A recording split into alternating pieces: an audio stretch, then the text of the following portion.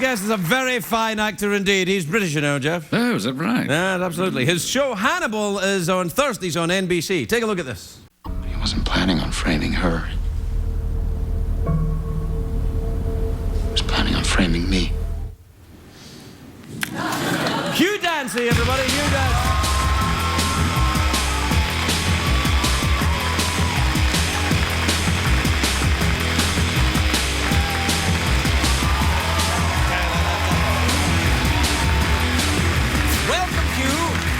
Well, thank you, Craig. It's very nice. May I compliment you on your American talking in films and stuff? Yes. You're very good at it. I was surprised by myself. Yeah, it's amazing.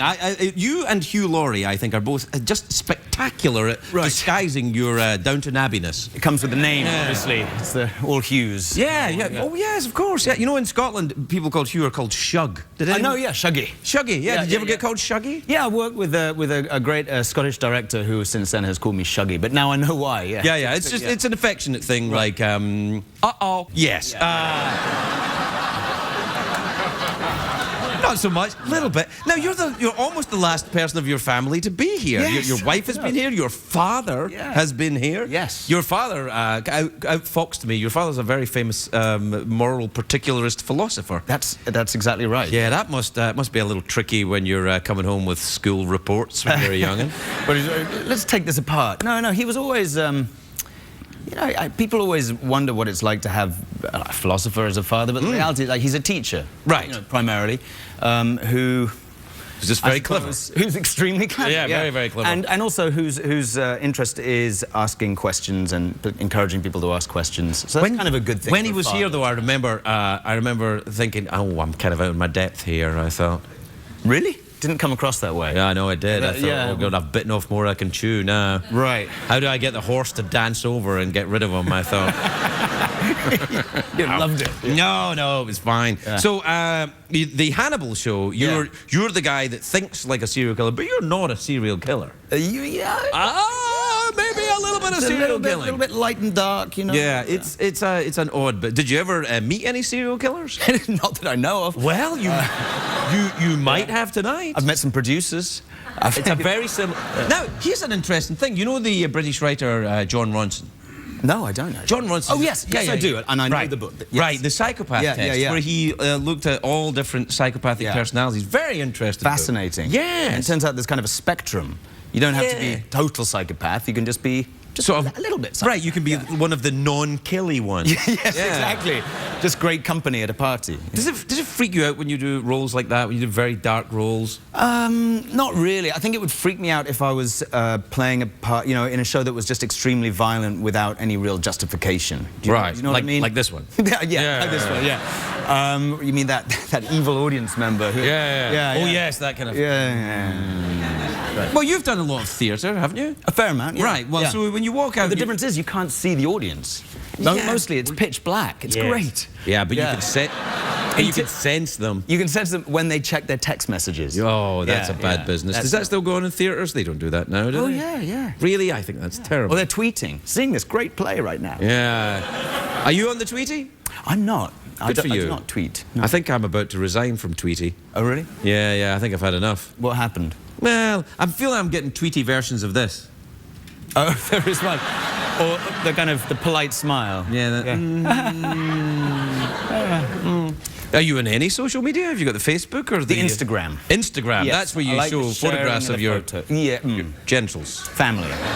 Family. Yeah. I meant to say family and I said genitals. Genitals. Yeah. Often happens. That's terrible sometimes when I go in and ask for family-size meal. Family-size meals. Yeah. Yes. Or do you? Is this restaurant? Is the food served genital style? Are you genital friendly? Is this a genital film? Yes. Come on now, it's a genital show. Which this kind of is. Kind of is, right. Yeah. So you're living over here now. Your wife Claire is in Homeland. She is, yeah. So that's filming in Charlotte, North Carolina. Right. Yeah. So that I suppose that's where you live some of the time then. Right. We're kind of dividing between there and New York, where we nominally live. Right. But Toronto, where we film Hannibal. So we're all over. Oh boy, you're on and you've got a little baby right now. We've got a little boy, yeah, Cyrus. What age is he? 5.5 months. Oh, good Lord. Yeah, that's a lot of not sleeping. I've got to say, he's treating us pretty well. Are you serious? Really? Yeah, kind of 12 hours. You bastard! I know, sorry. That's usually the response. Yeah, that's a rate. I've got 2 boys. I haven't slept in about 13 years. No.